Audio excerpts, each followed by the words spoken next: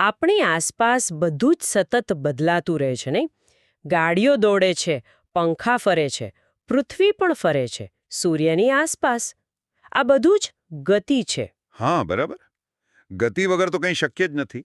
પણ આ ગતિ અને એની સાથે જે જોડાયેલો છે સમય, એને આપણે માપીએ કેવી રીતે? એટલે આજે આપણે આમ તો મૂળભૂત પણ ખરેખર રસપ્રદ વિષય પર ઊંડાણપૂર્વક વાત કરીશું: ગતિ અને સમય. હા, અને આપણી પાસે સંદર્ભ માટે વિજ્ઞાનના પાઠ્યપુસ્તકનો એક ભાગ પણ છે જે આ કોન્સેપ્ટ સમજાવે છે. બરાબર. અને આપણો હેતુ ખાલી વ્યાખ્યાઓ વાંચવાનો નથી, પણ એ સમજવાનો છે કે કોઈ વસ્તુ ધીમી છે કે ઝડપી એ નક્કી કઈ રીતે થાય છે. એનો તર્ક શું છે? હા, તર્ક શું છે? પછી ઝડપ એટલે ચોક્કસ શું? સમય માપવાની રીતો કેવી રીતે વિકસી, પેલી સૂર્ય ઘડિયાળથી માંડીને અત્યારે જે આપણે વાપરીએ છીએ ત્યાં સુધી. અને આ બધી માહિતીને આપણે ગ્રાફ એટલે કે આલેખ દ્વારા કેવી રીતે જોઈ શકીએ, સમજી શકીએ. અને પેલું સાદું લોલક એ કઈ રીતે ઘડિયાળ જેવું કામ કરે છે એ પણ જાણવા જેવું છે. ચાલો તો શરૂ કરીએ.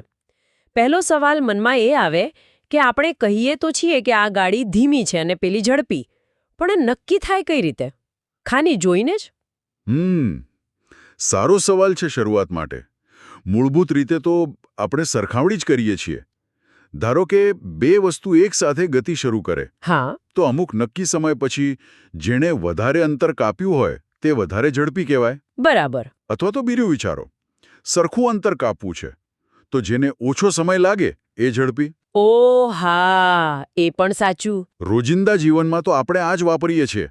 રસ્તા પર બે ગાડીઓ જતી હોય તો તરત ખબર પડી જાય કે કઈ ગાડી વધુ ઝડપથી જાય છે, કારણ કે ઓછા સમયમાં વધુ આગળ નીકળી જાય છે. એટલે કાં તો સરખા સમયમાં કોણ વધુ દૂર ગયું, અથવા સરખું અંતર કાપતા કોને ઓછો ટાઈમ લાગ્યો. સમજાયું? પણ આ તો થઈ સામાન્ય વાત. હવે સાયન્સમાં, વિજ્ઞાનમાં જ્યારે ઝડપની વાત આવે ત્યારે થોડી ચોકસાઈ જોઈએ, ખરું ને? ચોક્કસ. વૈજ્ઞાનિક રીતે. તમે સાચું પકડ્યું. વિજ્ઞાનમાં ચોકસાઈ બહુ જ જરૂરી છે. એટલે ઝડપ એટલે શું? તો કે પદાર્થે એકમ સમયમાં કાપેલું અંતર. એકમ સમયમાં? એટલે કે માની લો 1 સેકન્ડમાં કે 1 મિનિટમાં કે 1 કલાકમાં કોઈ વસ્તુ કેટલું અંતર કાપે છે, બસ એ જ એની ઝડપ. અચ્છા. અને આ ગણવા માટેનું સૂત્ર પણ એકદમ સીધું છે.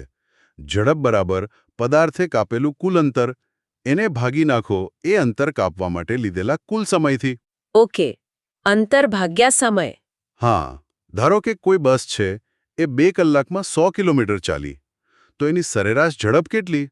100 કિલોમીટર ભાગ્યા 2 કલાક. એટલે 50 કિલોમીટર પ્રતિ કલાક. બરાબર, 50 કિલોમીટર પર કલાક. સૂત્ર તો સહેલું છે, અંતર ભાગ્યા સમય. પણ અહીં પાછો એક સવાલ. પેલી બસનું ઉદાહરણ લીધું, શું એ બસ આખા 2 કલાક બરાબર 50ની સ્પીડે ચાલી હશે?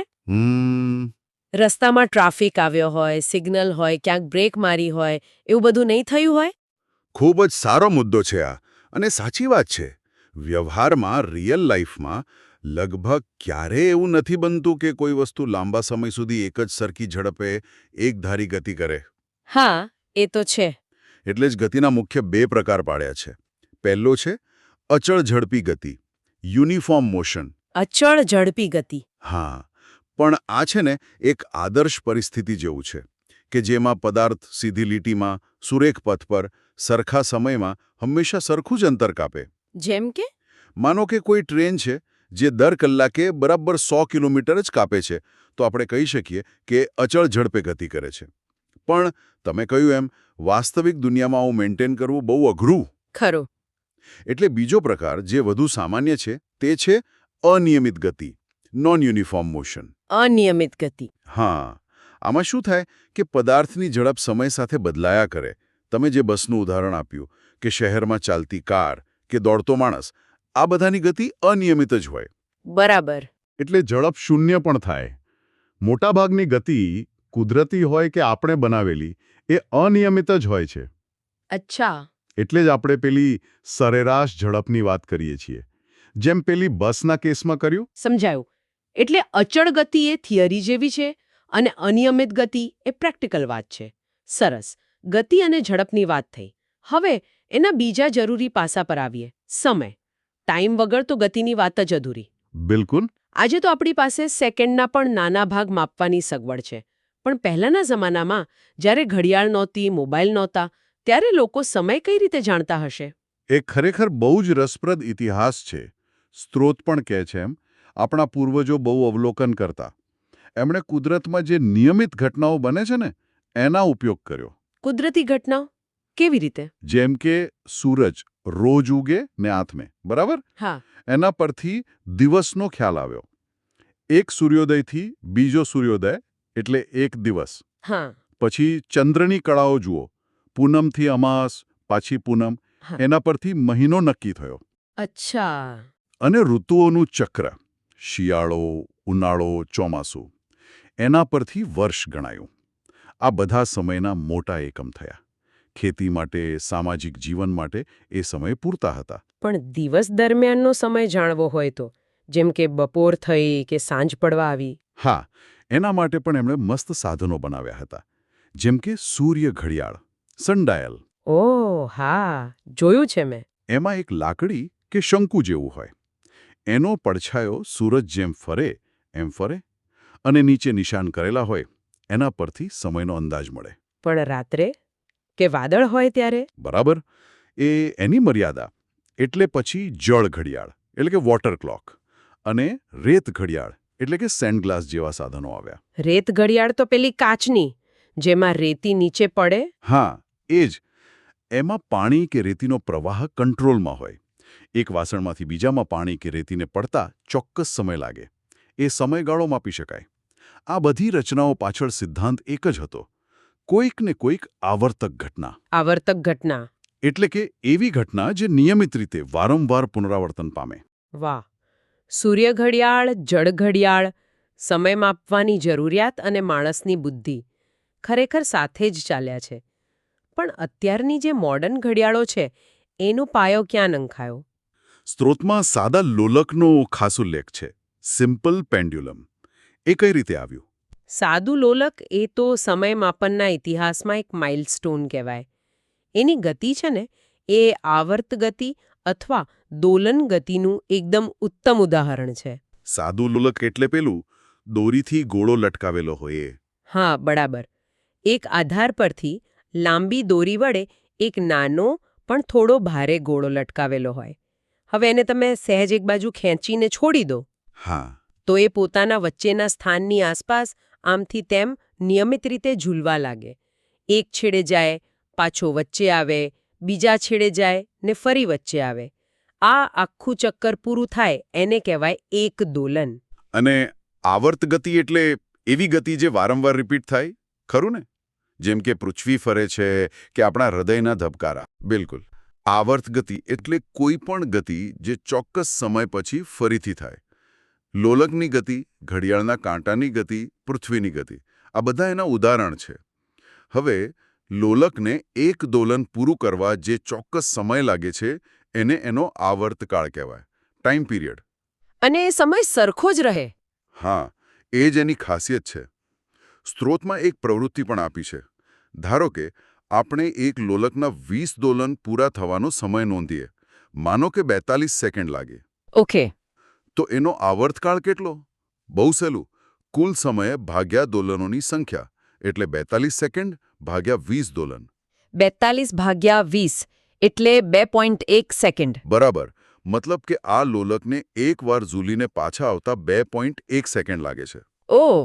અને અહીં જ સૌથી મોટી અને ક્રાંતિકારી શોધ થઈ. કહેવાય છે કે મહાન વૈજ્ઞાનિક ગેલિલિયો ગેલિલી એમણે ચર્ચમાં એક ઝુમ્મર લટકતું હતું એને ઝૂલતું જોયું. હા. અને એમણે નોંધ્યું કે ઝુમ્મર ભલે ઓછું ઝૂલે કે વધારે ઝૂલે, પણ એને એક દોલન પૂરું કરવાનો સમય લગભગ સરખો જ રહે છે. ખરેખર? હા. પછી એમણે વધારે પ્રયોગો કર્યા અને સાબિત કર્યું કે જો દોરીની લંબાઈ ફિક્સ હોય તો લોલકનો આવર્તકાળ અચળ રહે છે. આ નાની લાગતી શોધ છે ને, ટાઈમ માપવામાં ક્રાંતિ લાવી દીધી. કેવી રીતે? કારણ કે આ જ સિદ્ધાંત વાપરીને પછી અત્યંત સચોટ, એક્યુરેટ એવી લોલકવાળી ઘડિયાળો બની શકી. Pendulum clocks. અને એણે સદીઓ સુધી સમય માપનનું સ્ટાન્ડર્ડ બની રહી. અને વૈજ્ઞાનિક પ્રગતિમાં બહુ મોટો ફાળો આપ્યો. અકલ્પનીય. ગેલિલિયોની ખાલી અવલોકન શક્તિ કમાલ છે. તો આ સમય અને પેલી ઝડપ આ બંનેને માપવા માટેના સ્ટેન્ડર્ડ યુનિટ્સ માનક એકમો કયા? આપણે રોજ તો સેકન્ડ, મિનિટ, કલાક, મીટર, કિલોમીટર બધું બોલીએ છીએ, પણ સાયન્સની રીતે કયા એકમો ફિક્સ છે અને એમને લખવાની કોઈ ખાસ રીત હોય? હા, આ જરૂરી છે, જેથી દુનિયાભરમાં વૈજ્ઞાનિકો એકબીજાની વાત સમજી શકે. સમયનો મૂળભૂત આંતરરાષ્ટ્રીય એકમ એટલે કે એસઆઈ યુનિટ એ સેકન્ડ છે.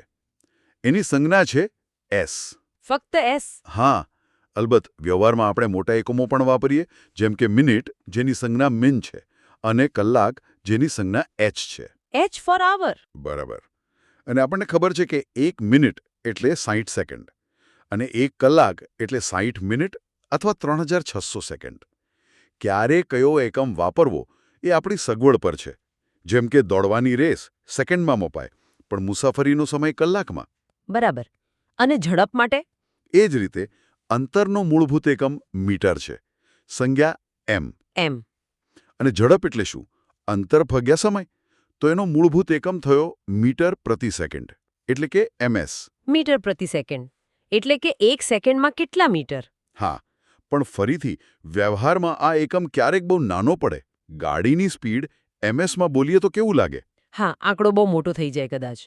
એટલે આપણે મોટા એકમો વાપરીએ છીએ, જેમ કે મીટર પ્રતિ મિનિટ એમએમઆઈએન, અથવા જે સૌથી વધુ વપરાય છે એ કિલોમીટર પ્રતિ કલાક કેએમએચ. કેએમએચ, જે ગાડીના સ્પીડોમીટરમાં હોય છે. બરાબર. અને એક અગત્યની વાત જે સ્ત્રોતમાં પણ નોંધી છે, એકમોની સંજ્ઞાઓ હંમેશા એકવચનમાં જ લખાય. એટલે કે 50 કિલોમીટર લખવું હોય તો 50 કિલોમીટર લખાય, 50 કેએમએસ નહીં. 10 સેકન્ડ લખવું હોય તો 10 એસ લખાય, 10 સેક્સ કે 10 સેક નહીં. અચ્છા, આ નાની વાત છે પણ ધ્યાન રાખવા જેવી. એસ ના લાગે પાછળ. હા, કિલોમીટર, મીટર, સેકન્ડ, આર, મિન બધું એકવચનમાં જ. ઓકે, આ એકમો અને સંજ્ઞાઓની વાત સ્પષ્ટ થઈ. હવે પાછા પેલી ગાડીઓ પર આવીએ. કાર કે બાઇકમાં આપણે પેલું સ્પીડનો કાંટો જોઈએ છીએ. એ શું માપે છે? અને એની બાજુમાં જે આંકડા ફરતા હોય છે એ શું છે? સ્ત્રોતમાં સ્પીડોમીટર અને ઓડોમીટર કહ્યું છે. હા, આ બંને સાધનો લગભગ બધા વાહનોના ડેશબોર્ડ પર હોય જ છે. જે કાંટાવાળો મીટર હોય કે હવે તો ડિજિટલ પણ આવે, જે વાહનની તે ક્ષણની ઝડપ બતાવે. તે ક્ષણની એટલે ઇન્સ્ટન્ટેનિયસ? હા, બરાબર. તે ક્ષણની અત્યારની ઝડપ સામાન્ય રીતે કિલોમીટર એચમાં. એને સ્પીડોમીટર કહેવાય. એનો કાંટો સતત ફરતો રહે કારણ કે ગાડીની સ્પીડ બદલાતી રહે છે. અને પેલો આંકડાવાળો મીટર? હા, એની સાથે જ બીજું એક મીટર હોય છે જેમાં આંકડા ફરતા રહે. એ શું બતાવે છે કે વાહને જ્યારથી ચાલવાનું શરૂ કર્યું ત્યારથી અત્યાર સુધીમાં કુલ કેટલું અંતર કાપ્યું છે, કિલોમીટરમાં. આ સાધનને ઓડોમીટર કહે છે. ઓડોમીટર એટલે એ ટોટલ કિલોમીટર બતાવે. હા, ગાડી જેમ જેમ ચાલે એમ ઓડોમીટરનો આંકડો વધતો જાય. એ કુલ મુસાફરીનો સરવાળો છે. ઓહ, એટલે સ્પીડોમીટર અત્યારે કેટલી સ્પીડ છે એ બતાવે અને ઓડોમીટર અત્યાર સુધી કેટલું ચાલ્યા એ બતાવે. બરાબર? બરાબર. સ્ત્રોતમાં આ ઓડોમીટરનો ઉપયોગ કરીને ઝડપ ગણવાનું એક ઉદાહરણ પણ આપ્યું છે. એક ટેબલ છે જેમાં કોઈ કારના ઓડોમીટરના રીડિંગ સવારે 8 વાગ્યાથી દર અડધા કલાકે 10 વાગ્યા સુધી નોંધ્યા છે.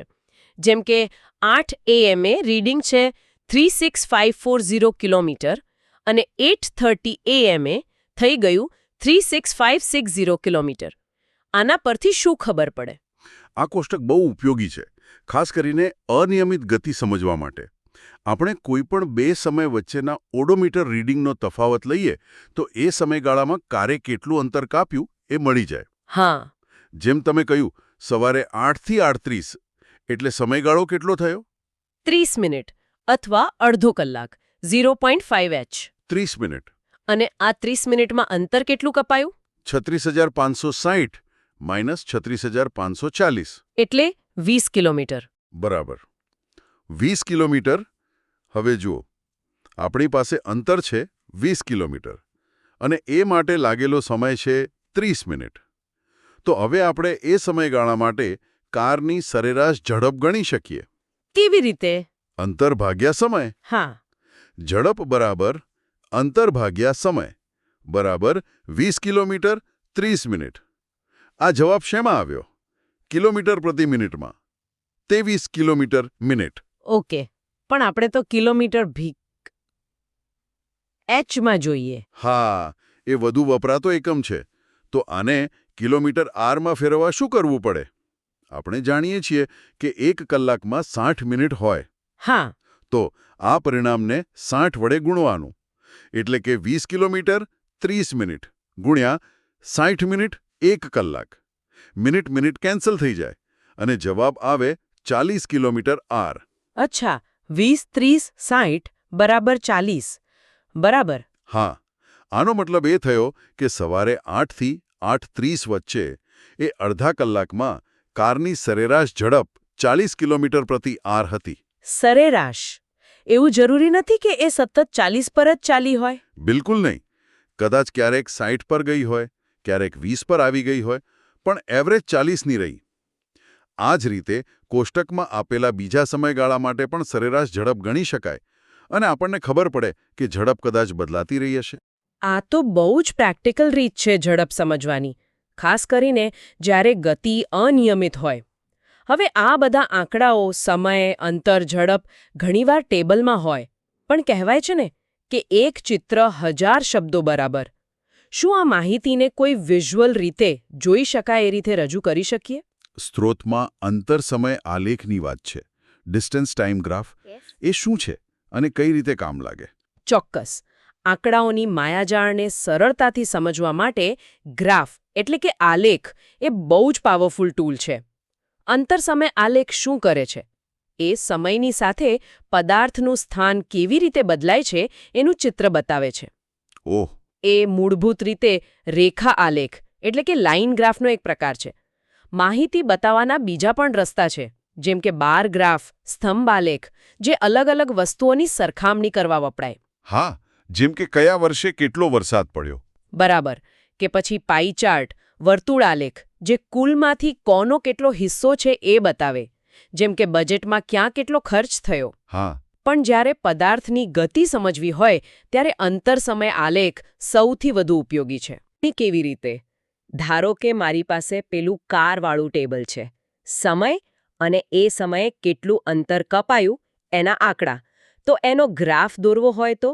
એના માટે આપણે સામાન્ય રીતે ગ્રાફ પેપર વાપરીએ, જેના પર પેલી ઝીણી લીટીઓ દોરેલી હોય છે. હા, સ્કૂલમાં વાપરતા હતા. બરાબર.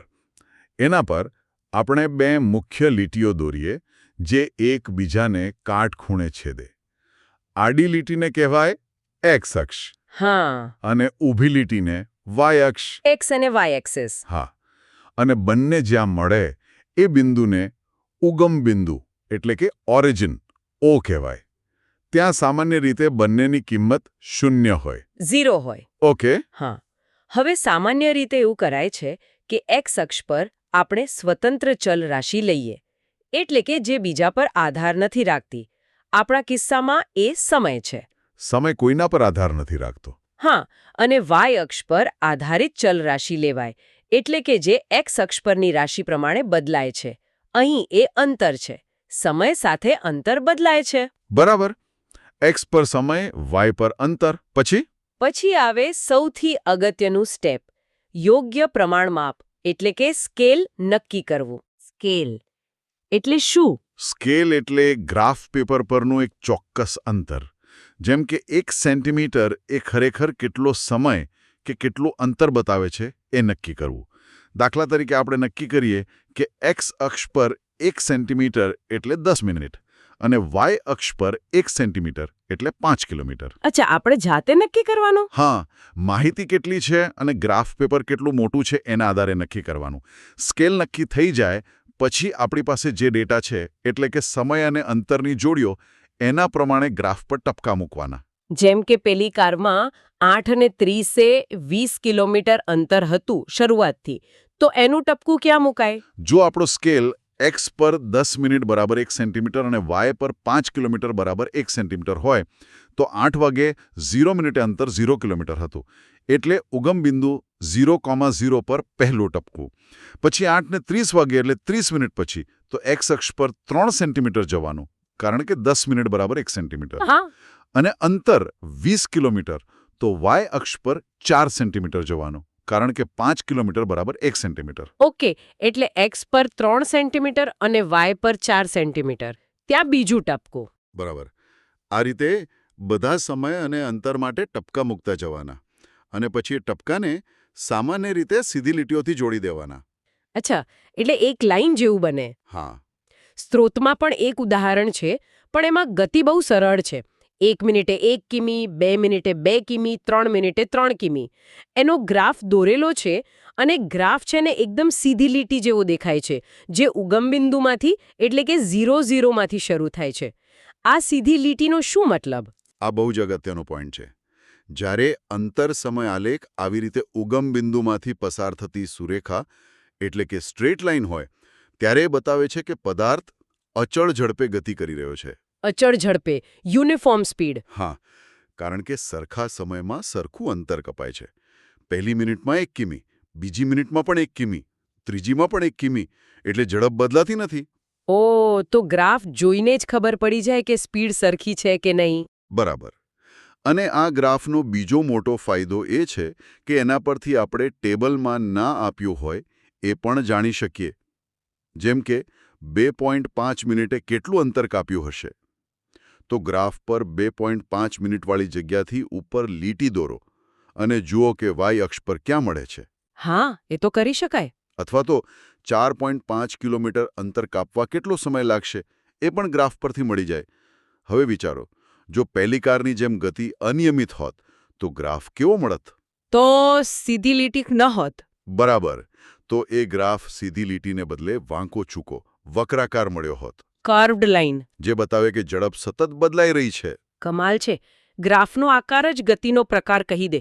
સુરેખા એટલે અચળ ઝડપ, વક્રરેખા એટલે અનિયમિત. ખૂબ સરસ. તમે પેલું સ્કેલ પ્રમાણમાં પસંદ કરવા પર ભાર મૂક્યો હતો. એ કેમ એટલું બધું અગત્યનું છે? ગમે તે સ્કેલ લઈએ તો ના ચાલે? ના, સ્કેલની પસંદગી બહુ જ મહત્વની છે. એના પરથી જ નક્કી થાય કે ગ્રાફ કેટલો ઉપયોગી અને સ્પષ્ટ બનશે.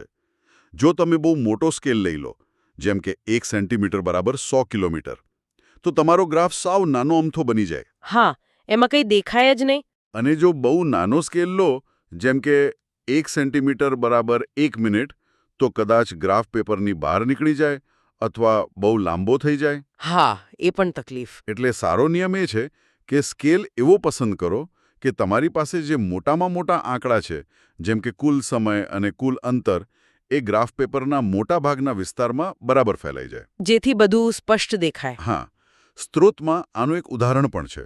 ધારો કે 5 કલાકમાં 80 કિલોમીટર સુધીનું અંતર બતાવવું છે.